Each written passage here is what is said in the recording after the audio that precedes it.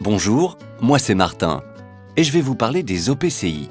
Beaucoup d'épargnants rêvent d'investir dans la pierre, mais entre l'apport de départ et toutes les contraintes liées à la gestion d'un bien immobilier, ce n'est pas toujours facile. Il existe heureusement des solutions comme les OPCI, organismes de placement collectif immobilier.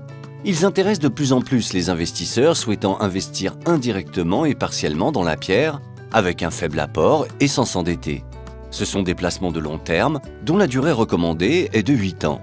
Le principe, le fonds est partiellement investi dans des immeubles, des bureaux, des commerces ou des hôtels, en général difficilement accessibles aux particuliers. Mais pas seulement. Le fonds est aussi investi dans des actions et des obligations liées au secteur immobilier, mais aussi dans des produits financiers d'autres secteurs et des liquidités. L'avantage, ce sont des professionnels de l'immobilier et de la gestion d'actifs financiers en contrepartie d'une commission de gestion qui s'occupe de tout. Ils sélectionnent, achètent et louent des immeubles dans de grandes métropoles européennes. Mais comme beaucoup de placements, le capital et le rendement ne sont pas garantis. Un OPCI détient plusieurs immeubles et donc des dizaines de locataires. Les risques sont donc mutualisés. Dernier atout, et non des moindres, la liquidité.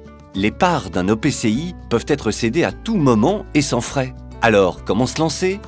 Très simplement, soit au sein d'une assurance vie, soit par le biais d'un compte-titre ordinaire. Et voilà, maintenant, vous savez tout ou presque sur les OPCI.